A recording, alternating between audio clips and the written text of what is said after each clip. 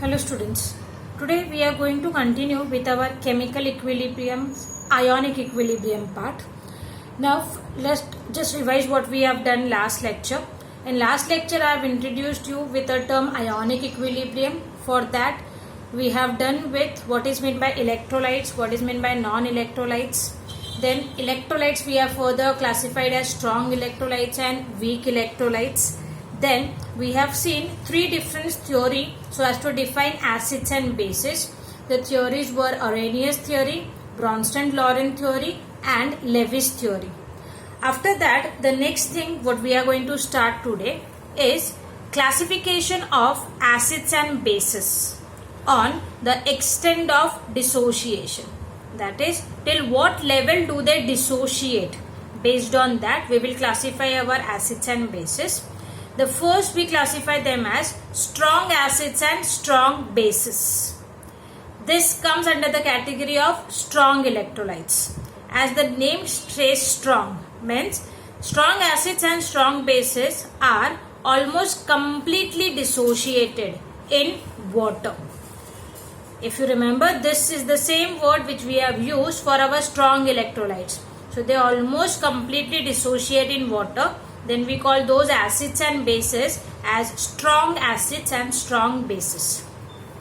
Examples of strong acids: HCl, HNO3, H2SO4, HBr, HI. These examples are very important to remember because in the further lectures we are going to require this. So hydrochloric acid, nitric acid, sulfuric acid, hydrobromic acid, hydroiodic acid. They all are examples of strong acids. So if I want to write down its reaction, as it is strong, it will show irreversible arrow. So HCl in aqueous medium will dissociate to give me H plus ions and Cl minus ions, definitely in aqueous medium. Then examples of strong bases, that is NaOH, KOH, sodium hydroxide, potassium hydroxide.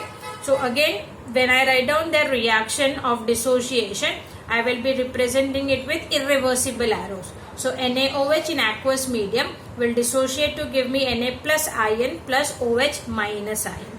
So that is the first category of acids and bases as strong acids and strong bases.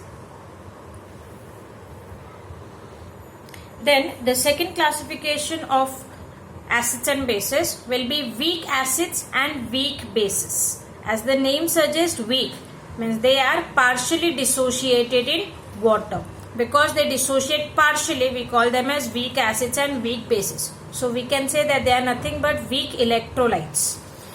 The solution of weak acids or a weak base contains undissociated molecules along with a small number of ions at equilibrium.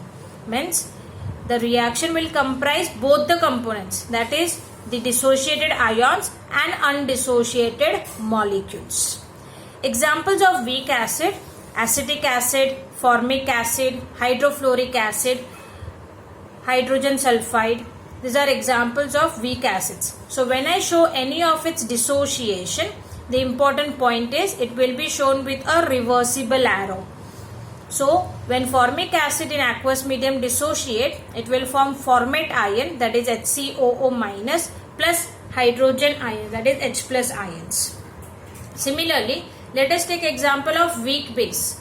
Weak base examples you can have, that is ammonium hydroxide, ferric hydroxide, cupric hydroxide. So in this, again they are weak base. So when I show any of its dissociation, it will be with a reversible arrow. So for example, ammonium hydroxide in its aqueous medium will turn to give me ammonium ion and hydroxide ion. So that is the second category of acid and bases, weak acids and weak bases. So in general you can say that strong acids, strong bases are nothing but strong electrolytes. Weak acids and weak bases are weak electrolytes. Again I repeat, you need to remember the examples very importantly. That is, you need to categorize the acids as strong acids or weak acids. Similarly the bases as strong bases and weak bases.